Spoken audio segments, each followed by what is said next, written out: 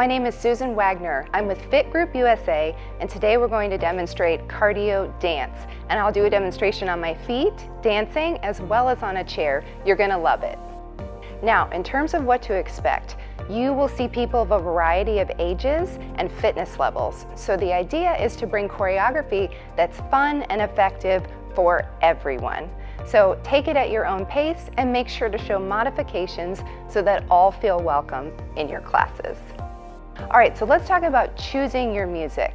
The idea is to give your students variety so that all are excited and welcome in your class. So don't just pick your favorite jams, make sure you have a little something for everyone. And on that note, give them some high intensity and low intensity tracks throughout your class so that you get a little bit of this in your playlist.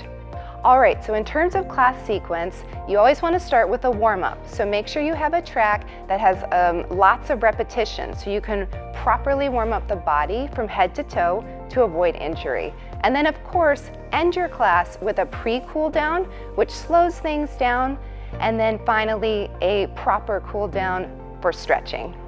All right, so let's talk about the chair.